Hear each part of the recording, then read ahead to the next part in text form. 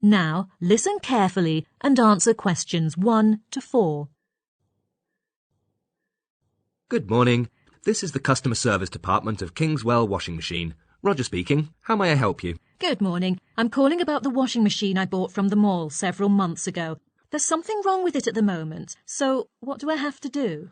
Okay. First, I need to get a few details about this. Could you give me your name, please? Yes, it's Judy Smith. Okay. I need one more thing. There's a reference number. It should be in the top right-hand corner of the warranty card we gave you. Let me have a look. Oh, here it is. It's CWX 576884. Thanks. Well, I need to make sure if your washing machine is still within the warranty period. So when did you buy it? Oh, sure. I remember I bought it last summer. So it was about 9 months ago. And the card here says this washing machine has a 2-year warranty. So it's definitely within the period. Of course it is, madam. All right, then I need your address. My old address or my current one? Your current one, as we will send in someone to fix the washing machine for you. It's 120 Middle Street, Oxford. And the postcode? It's GO194KE. Before you hear the rest of the conversation, you have some time to look at questions 5 to 10.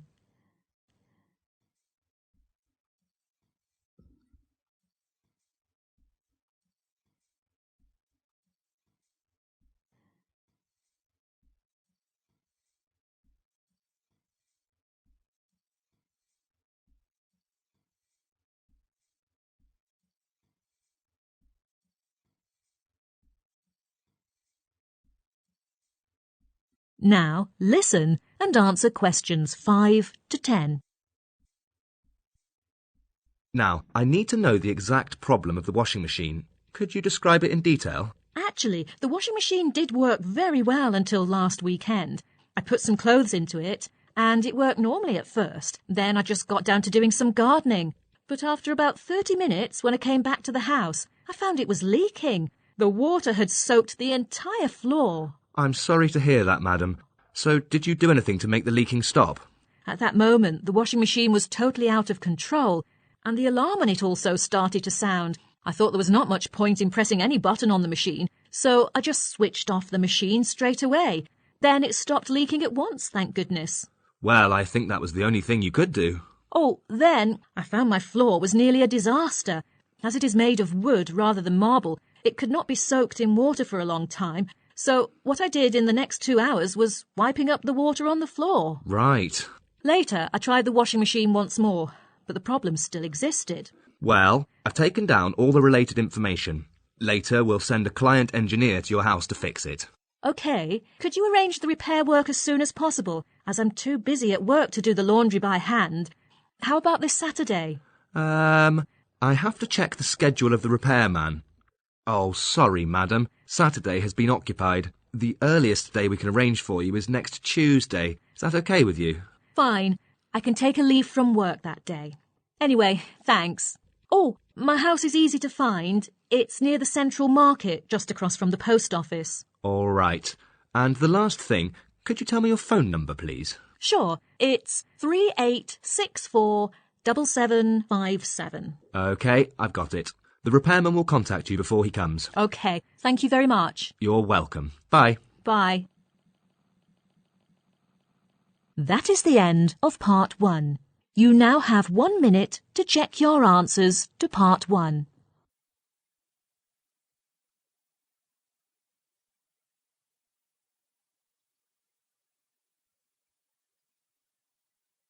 Now listen carefully and answer questions 11 to 15. Hello, I'm Edward, and I'm here to tell you about road conditions in various areas of the UK. I am also going to tell you about driver's licenses in the UK. If you have never had a driver's license, or you have one from another country and you want to get a UK license, you must be a UK resident.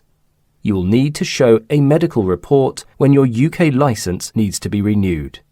If you are trying to translate your original foreign driving license to apply for a UK license, which is a must if you want to be able to drive here, you will need to visit an official agency. These are scattered throughout the London area and are well equipped to assist you with any questions you might have, and any services they offer are included in your licence fee. If you already have a translated licence but need some personal information updating, you do not need to pay for the update. They'll do it for free. When you are getting a new driving licence, you may need to have a new photo taken, as some photos are rejected. It's actually okay if your photo is too small, since we can get it enlarged with our printer. The majority of rejected photos are the ones that were taken with a cream backdrop instead of a monotone grey background. We've now found that photos with the latter allow us to identify the licence holder much more easily. If you were wearing glasses on the previous photo, you don't need to worry about it, since it is still allowed. If you are not sure whether your previous licence is still valid, then the licence checking service is for you. The procedures are quite clear, and you just have to follow them. Ideally, I would like to see the process going faster, since it can take hours to finish. From my standpoint, it will help if all the applicants bring the necessary identification with them. Then all they have to do is just fill in the forms accordingly, step by step. I'm often asked whether I have a personal recommendation about the fastest or cheapest place to get all this done. But I think it really depends on where you are. They can all get busy at some point, and when it is quiet at one branch, it may be busy in another. So take your pick.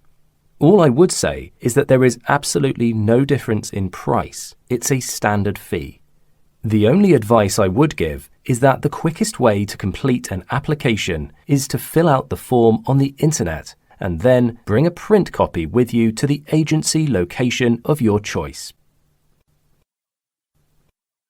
Before you hear the rest of the talk, you have some time to look at questions 16 to 20.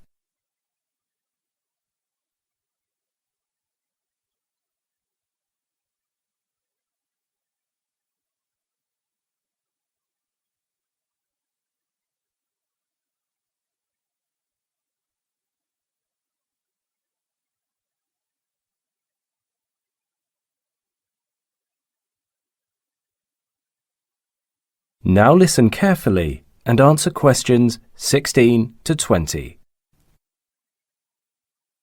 Next, people frequently ask me what I think of the road conditions in some of our cities. London is obviously the biggest and busiest, and there are lots of parking restrictions, one-way systems, and so on. But on the whole, I find the traffic signs are very clear. In Edinburgh, most people use digital maps to get to know local traffic and road conditions, which can be estimated through different traffic flow lines. It is a city of lights, traffic lights, but they're extremely efficient as they're timed perfectly to get the traffic flowing smoothly. That's important because pedestrian areas and crossings are always packed with people on foot, which needs strong regulation. The city of Cardiff has tackled traffic flow in a different way. It recently completed a road expansion scheme, and the extra lanes of the dual carriageway are easing congestion. It's a similar story in Manchester. Instead of going through the town centre, most vehicles choose ring roads so as to avoid the downtown congestion. It can still happen though, so there's a possibility that the city will introduce checkpoints where the police can intervene to direct traffic at peak periods. And finally, they say all roads lead to Rome, and you could say that about Oxford. I like the many options for getting in and out of the city, because drivers can always find alternative routes. The other cities in the UK are... That is the end of part 2. You now have 30 seconds to check your answers to part 2.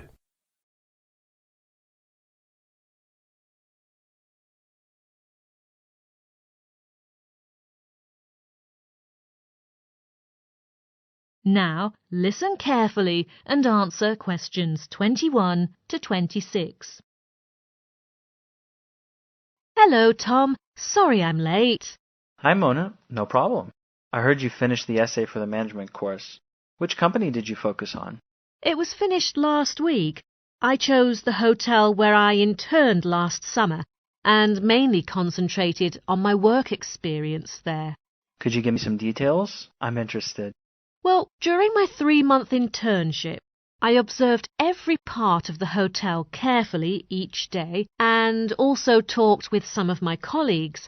I found some problems in different parts of the hotel and made a conclusion in the essay. Let me start from the reception desk.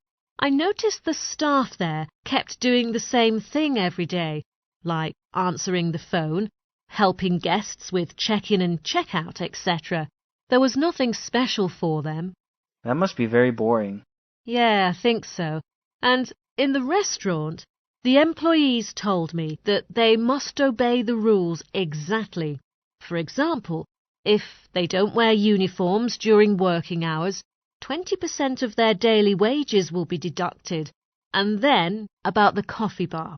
During peak hours, I was asked to help in the coffee bar several times, as a shortage of hands always made many customers wait long for ordering, eating or paying the bills. Their own staff could not control customer flow. Oh, that seems a little messy. Yes, definitely. And the place where I worked was a shop selling towels and pajamas, as well as souvenirs. Every day I had to be there from 9 a.m. to 6 p.m. My duty was to set up the window display and serve the customers. At first it seemed interesting, but later I found this work was a bit tough. Every night when I got off work, I was nearly exhausted. What I wanted was just a good rest and sleep. Doesn't sound like an easy job. It definitely wasn't. Then there was the personnel office. I went there on the first day when I arrived at the hotel. As I was not familiar with everything, I asked the staff several questions, but the employee of the personnel office seemed a bit annoyed and started complaining, which gave me a very bad impression. Lastly, as regards cleaning, it wasn't too bad compared with other parts of the hotel, except the vacuum cleaners, which were probably bought such a long time ago that the sound seemed too loud when they were working. But fortunately, the hotel hasn't received any complaint from the customers so far. Before you hear the rest of the discussion, you have some time to look at questions 27 to 30.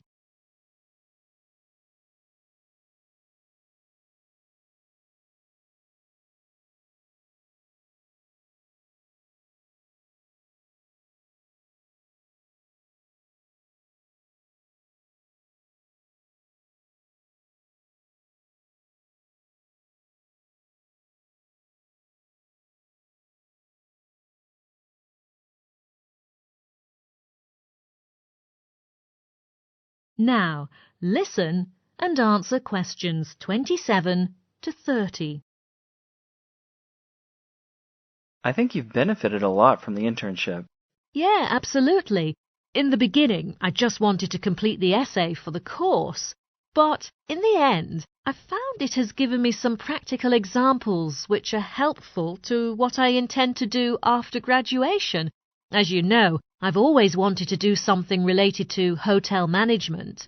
Due to the time limitation, I still haven't got a clear idea of some specific work positions. Well, I heard you're going to give us a presentation of your essay next time in class? Yes, actually, I'm not so good at giving a presentation, but the tutor says that's just what he wants me to do, to know what is important when doing a presentation, like how to attract the audience, make eye contact and make gestures, etc., and other students can learn from my presentation. I'm looking forward to it. You know, now I'm only in the second year of the course, and I have to write an essay next semester. But I have no idea about where I can do an internship. There are several hotels which I'm interested in. Do you think I should call their managers? Well, I suggest you'd better not, because you're more likely to be rejected by them. There is a career office on campus that has got a list of companies offering internship opportunities to students. The office will help you contact where you want to go. You just have to prepare your personal information, like the CV. Oh, don't forget to provide a reference from the tutor. Great, I've got it. So, have you got any plans for your essay? I've noticed that the hotel industry is developing at a high speed. People are more and more concerned about the quality of accommodation. What I'm struck by is numerous statistics showing the ever-increasing number of five-star hotels, so I intend to carry out extensive research on this aspect. I'm thinking about using video as a research method, but I haven't decided yet. I think it's an interesting topic. Anyway, if you have any questions later, I will be happy to help. Thanks a lot, Mona. You're welcome. That is the end of part 3. You now have 30 seconds to check your answers to part 3.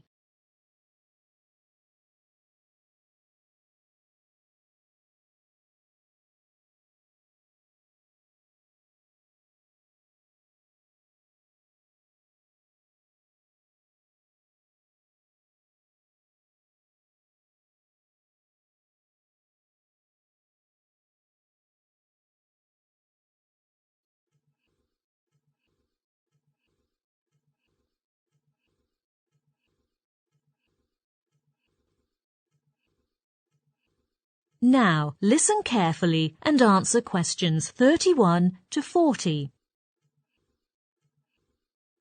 In my presentation, I'm going to talk about salt.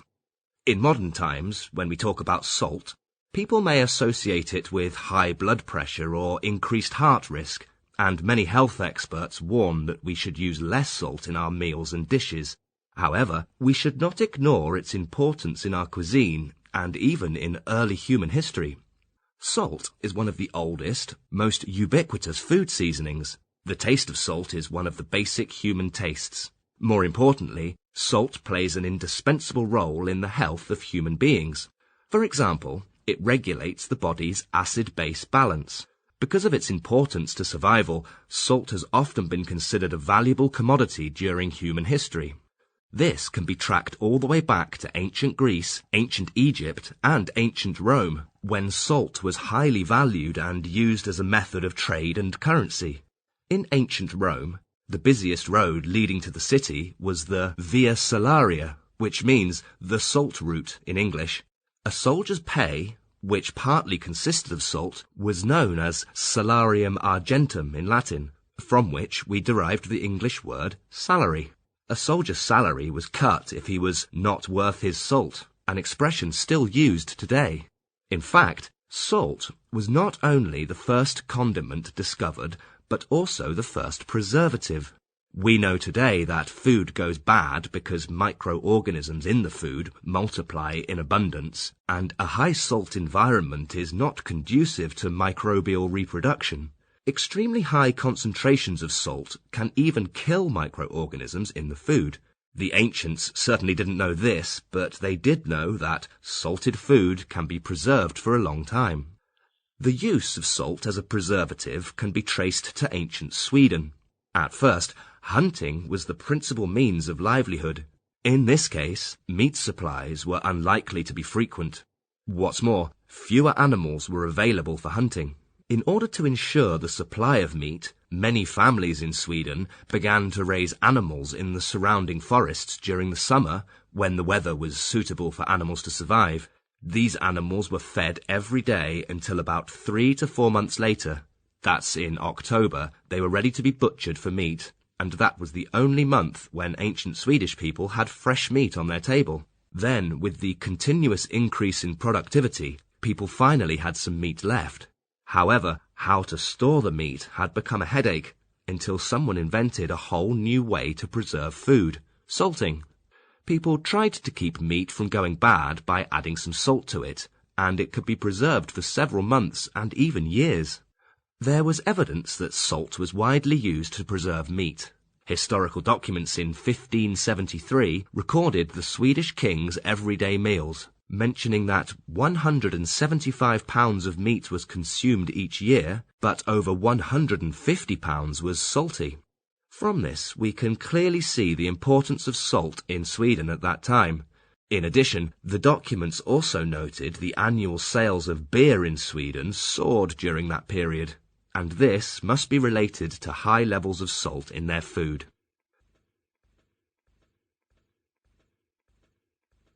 Now, let's turn to the sources of salt. Where is salt from? Well, salt is common in nature. It has long been found that salt can be extracted from seawater, mineral deposits, saline lakes, brine, spring, etc., among which the two most important ones are oceans and basins. On the floor of the latter often lie deserts, where traces of salt can be found, such as the Sahara. Furthermore, the quality of different salt types varies a lot. For example, salt from seawater is always mixed with impurities, so after the salt is dried, the sediments and other chemicals need to be purified before eating. However, this is not the case with salt from spring water. We can hardly find any impurities, and the salt level is much more concentrated. Then, how did people distribute salt around the world? Of course, in modern times, we have various ways of transporting goods, but in ancient times, it was not the case. Take ancient Sweden, we mentioned before, as an example. Because of the heavy use of salt in the diet, Sweden could not feed itself and had to import large amounts of salt from other countries. In order to make sure they could buy enough salt from abroad, the Swedish had to attach great importance to shipping and keep it undamaged, as it was the most crucial way at that time. While in other ancient countries, in order to distribute salt to other places, groups of men were employed. They put bags of salt on their shoulders or backs and moved them to the surrounding regions, and gradually these people were considered as a mode of transport in early times. Later, with the improvement of traffic conditions, salt trade between different regions was boosted, and long-distance food trade was also promoted, making communication between different cultures more frequent and... That is the end of part 4. You now have 1 minute to check one